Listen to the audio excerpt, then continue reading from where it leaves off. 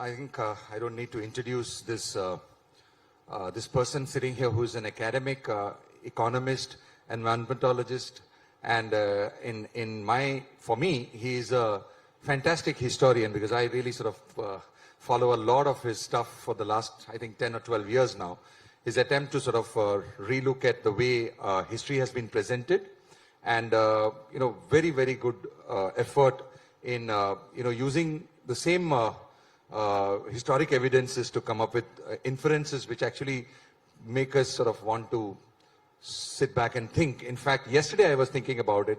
When you walk into the lobby here, there is the anguished Ashoka, which the ITC Maurya has. Is a very beautiful installation which talks about the anguish of the Emperor Ashoka after Kalinga, and then he sort of, the legend, not legend, the history that we've been taught is that he converted to Buddhism there.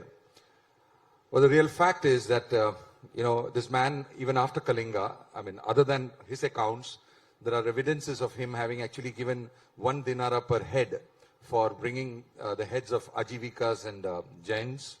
And that continued till apparently once a head that was brought was his younger brother's. And that's when apparently he stopped that. And there's a lot of evidence, that may be sort of interpreted in better light on, various other areas of our history, which Sanjeev has been trying to sort of bring light. And I think his efforts and people like his efforts in the future will help us understand ourselves and also probably sort of bring back more confidence in our stride as we sort of, go up to take our logical and deserved position in the, global high table, at the global high table. So thank you, sir. Thank you for being here. So our topic today is India, world's hope amidst retreating globalization. So first and foremost, retreating globalization is a Western voter discontent-based broad long-term trend, and that really does not have anything specifically to do with China. And the current conversation about the so-called anywhere but China, ABC, to sort of take manufacturing bases or logistic chains, is mainly a very specific China-related issue, which is political changes in China, emergence of China as a geostrategic competitor to the leading power, etc. So my question to you, sir, is there really a big opportunity for India as a manufacturing base, or is the India opportunity a consumption market opportunity? So first of all, let me begin by thanking you for having me here. It's an absolute pleasure to speak to all of you. Let me begin by saying that I actually am not of the opinion that the world is going through de-globalization in any sustained sort of way. There was a certain architecture to the previous round of globalization, which happened after the fall of the Berlin Wall. It was based, among other things, on a symbiotic relationship between the US and China. It was based on perhaps free movement of people in a certain sort of way. And so on and so forth. And it was also based on a certain pattern of supply chains which gave a lot more weightage to single source efficiency over resilience. I think that pattern and framework of globalization is certainly under challenge. That does not mean that we are de-globalization. There are many other ways in which we are also continuing to globalize. India is certainly already a very important part of that. For example, services exports is still booming. We are a beneficiary of that. Lots more things are still getting outsourced to India in the services sector. There's no doubt that India is getting inserted into the global supply chains. One big example of that is happening as we speak with problems you're seeing with the Foxconn factory for Apple in China. And the only other place in the world where Apple has a sizable capacity is right here in India. So I think there is an opportunity certainly over here for us to insert ourselves into the global supply chains, and we are already doing this. Let me also state that this idea, which I think partly derives from Raghuram Rajan, that India is ultimately a consumption story and really we shouldn't aspire to have that kind of export-led investment-led kind of growth sort of trajectory, I also disagree with that. There is an opportunity here as we insert ourselves into the global supply chains. Sure, the period of transition will be turbulent, as indeed you should expect. But whether it's China plus one, or even from simply our own internal strength, at the end of the day, let's be clear, GST meant that we signed a free trade agreement with ourselves. So finally, we do have a common market of some size, and it's growing rapidly. It's a useful market for the rest of the world. We can leverage that for scale for global markets, which we are trying to help through the PLI schemes. And so I am of the belief that an investment export-driven growth model, which is not too dissimilar to what other countries did at certain points in their demographic cycle, is what we too will do and are also beginning to do. So I think that the growth rates that we are generating already, I mean, these are very turbulent times, we're still generating growth rates in the 7% range, nothing to sniff at. But I would put my head out and say that if we get an open road, this economic machinery that we have built is capable of generating 9% GDP growth rate. Not just yet, because as I said, we need an open road. This is not open road, but it is capable of much higher growth rates if we get an opportunity. So what are those obstacles you would say in the open road? So the first big obstacle to that open road is actually the rest of the world and the disarray it is in. It's not surprising, given the COVID shock, the geopolitical events in Eastern Europe, oil prices and so on. But it does mean that the rest of the world is right now slowing down and liquidity being sucked out, which is also inevitable given the amount that it was pumped in earlier.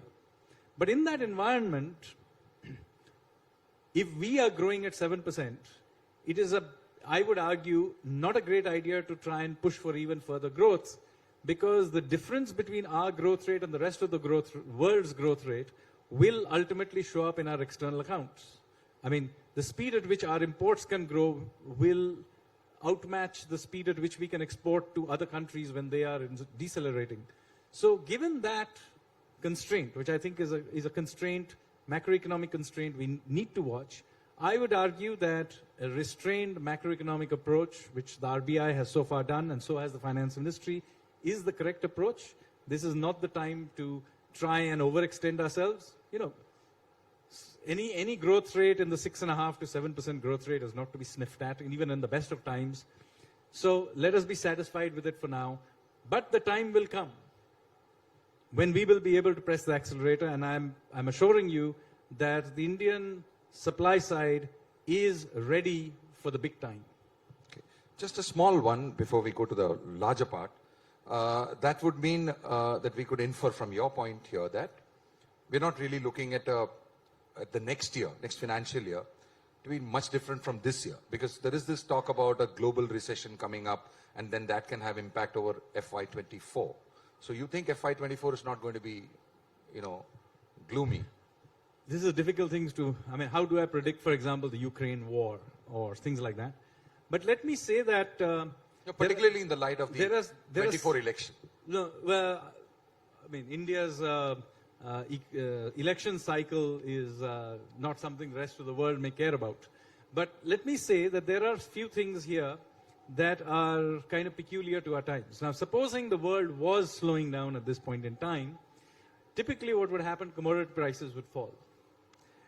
You would be typically cutting interest rates. So we are right now in a situation where we expect the world to slow down next year, but we are actually hiking interest rates because we are undoing the excesses of the past. So the automatic stabilizers in the system are not working. Similarly, because of Ukraine, OPEC, or whatever you may say, commodity prices are also, particularly energy prices and specifically, are not falling, and so on and so forth. So those automatic stabilizers will eventually pop up. If the world genuinely slows down the way everybody expects, at some point in time, the rest of the world will also begin to cut interest rates. I would guess somewhere towards the very end of 23, some reversal will begin to happen.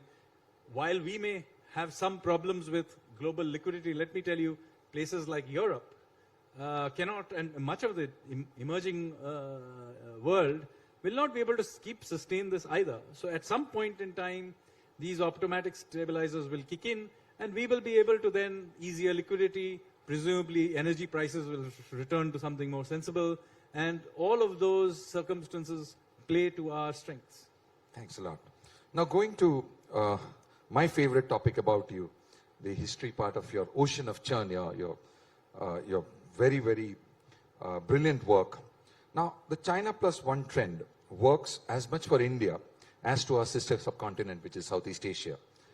And Vietnam, Bangladesh, etc. have already started showing, promising growth for themselves. And to that extent, they are our competitor. There is Indonesia, which is another large nation, waiting to wake up and sort of become a big player globally. We are actually united by culture, religion, and even blood to a large extent. Besides history, of which you are the expert, we also share a very, very important common threat for the next few decades, which is the climate change threat, which is going to, sort of hit the tropical countries. And out of that, I think about 2.5 billion people out of 3 billion people are going to be hit by the heat waves and hurricanes, etc., living in these two parts. So how is it that how will, in the first part, what are India's opportunities and comparative situation vis-a-vis these countries for the China Plus One opportunities? And second, if India has to eventually rise to its deserved position as a leader at the global stage, Indian Ocean, and what you said, which is Dar es Salaam to Perth, is our backyard. So what is it that we are doing to, one, increase our influence, two, work with them and actually probably contribute to them to sort of raise our common stature to a certain extent? So you're absolutely right. We have typically thought of our sort of neighborhood in very limited terms. And our thinking is, there is a northern border is China, and the other side is Pakistan, and that's the limits of who our neighborhood is. And of course, we have historical problems with both these countries. On the other hand, if we take a wider perspective, and particularly a maritime perspective, then you will see that we have many other neighbors. And you mentioned Southeast Asia. There is Eastern Africa. By the way, Australia is also a neighbor from a maritime perspective. We have taken on the Western view that Australia is a Pacific Ocean country. But in fact, Australia is also an Indian Ocean country. In fact, it's after India, it's the second largest Indian Ocean economy. And the bits of it that is useful to us, particularly from a commodity supply perspective, is in Western Australia. So I think we should certainly, first of all, mentally remap ourselves and decouple from this Indo-Pak, Sino-India, that kind of thinking, binaries, to begin to think of our neighborhood in slightly wider terms. And in that context, we have, first of all, begun to do it in various ways. One is geostrategically, the terms like, for example, the Indo-Pacific, the Quad, which is a much more concrete thing, but also now with the free trade agreement with Australia. So we are doing concrete things to sort of begin to think of our neighborhood differently. But I think if we are aspiring to be a global leader, then we need to also think globally. And here, of course, we are going to presumably sign very soon a Indo-UK free trade agreement. But at multiple ways, we need to begin to punch at our weight. Forget above our weight. Yeah. We are not even punching at our weight in global forums in any meaningful way. At best, we tend to be very disruptive, delay the WTO discussions or get in the way of other people's treaties in some climate thing. But I think we now need to begin to think of ourselves in a leadership position. That opportunity arises right now with the G20. I think we've got to take it in a positive sense rather than in a negative way that we have historically, our negative approach to dealing with the rest of the world. If we clearly articulate our interests, interestingly, the rest of the world accommodates it.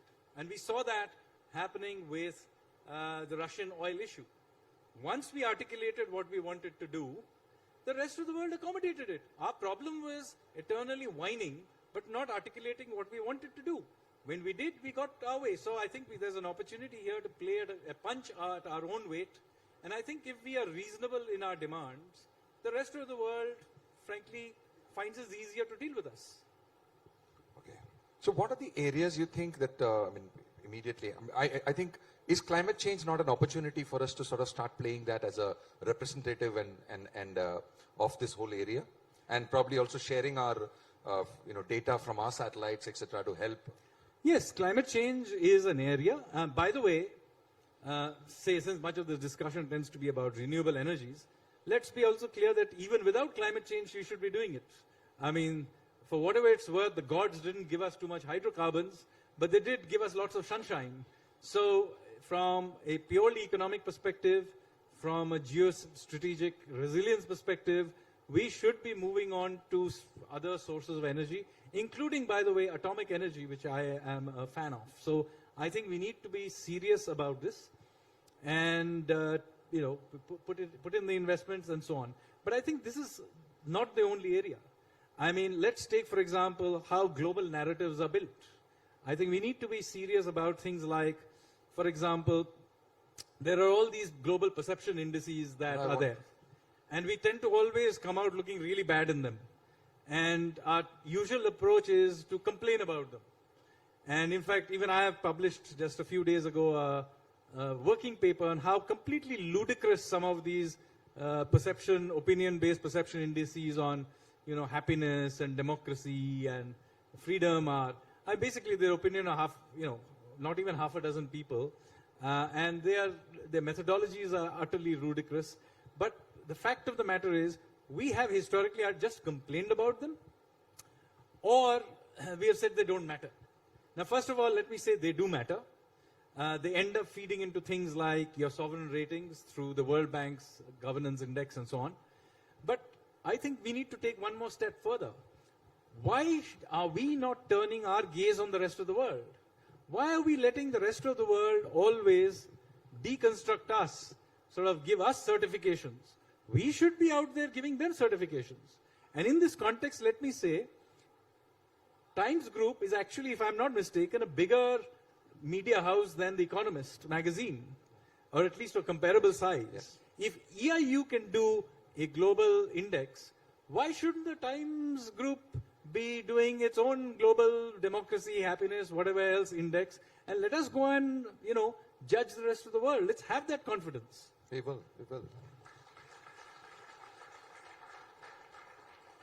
No, actually, we were discussing this before we came in here, and that is our theme here, Vibrant Democracy, Global Bright Spot.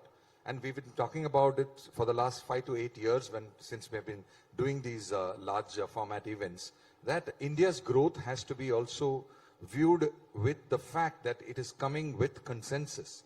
India is not coming, bringing its growth of 7%, like the autocracy next door, where you have a plan and then you just send it through whether people like it or not. In certain cases it works, like Deng Xiaoping's policies worked in the 90s and afterwards, and right now we don't know how it is working with their COVID policy. I mean, we don't know what they are currently doing. So our growth has come with, consensus, taking everybody together, which is obviously more difficult. I mean, to work as a CEO is so much easier than work as an elected representative. From that point of view, it is quite funny to sometimes see. Right now, for instance, in one of the, I think it's EIU, Economist Democracy Index, I think, Hong Kong has a higher score than India. It's quite strange. No, I think this is where we need to challenge these narratives.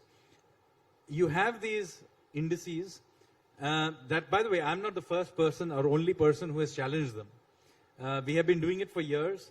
You had recently an Australia-based professor, Dr. Salvatore Barbones, who had also made, some questions about the sanctity of many of these indices. But most of those, the arguments they make, is that there is a problem with the input, i.e. garbage in, garbage out. And Professor Salvatore's main point is, which I agree to a large extent with him, is that India has this biased, compromised intellectual class, which tends to give a one-sided kind of a narrative, and since that is finding its way into these models, so it's, it giving a certain kind of output. Now, that is true, but it's only part of the story, because he is still accepting that these methodologies and that these think tanks are broadly, unbiased. I'm sorry. There are some very serious problems with some of the questions they ask, the way they go about it. In fact, some of it is utterly laughable. You can read about it in my recent working paper. And even I wrote about it in your newspaper in yesterday's op-ed as well. And I'll give you some examples of how completely ludicrous some of it is. So there is something, one of the indices that VDEM has, for example, is on direct democracy. Okay? This is an index in which we score 0. Why? Because you see the VDEM index, that direct democracy index, is a scoring of democracy based on direct referendums.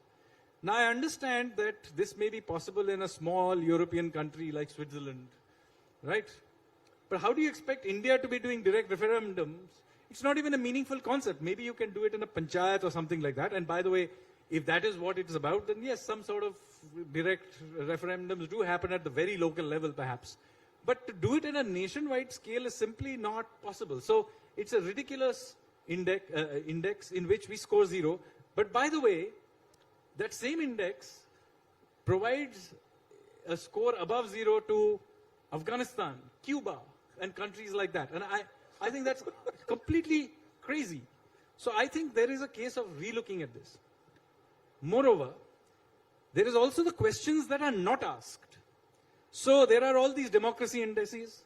Now obviously a question such as, is the head of state democratically elected, a question that should be in a democracy index? However, such a question does not exist. Why? Because it would be very inconvenient to all those Northern European constitutional monarchies. Theocratic. Yeah, so many of them, by the way, are theocratic constitutional monarchies, like the UK, where the head of state is also the head of the Anglican Church. And so you have this complete absurdity that a question that should be there is not there. And by the way, it's not just Norway, Sweden, Denmark, and so on. It would also be true of Canada, New Zealand, Australia. But because these countries are somehow already preconceived to have great democratic values, therefore this question must not be asked. And so if you look at these democracy indices, all the ones that are the top 10, 15 of them, the bulk of them are always constitutional monarchies. You've got to be kidding me. They're not even democratic in a full sense. So the point is, questions that are asked, questions that are not asked. And by the way, of whom are the questions asked? There also it's quite absurd. It's some 3 to 6 experts who we are not told who they are, who are answering these questions. They're not even proper surveys. EIU is the only one who at least pretends to say that, okay, we do a survey of some sort. But when we dug in, we found that that survey that they do, World Values Survey, that's supposed to be an input, they haven't done this survey for India since 2012. So just think about this. Since 2012, the survey for India has not been done. So then they're talking about transparency. I think we should do, maybe Times Now should, the first index they should do is rating these indices according to their transparency. I think, thank you very much. We've in fact discussed this and we promise that we will come up with, something better than what these guys are doing.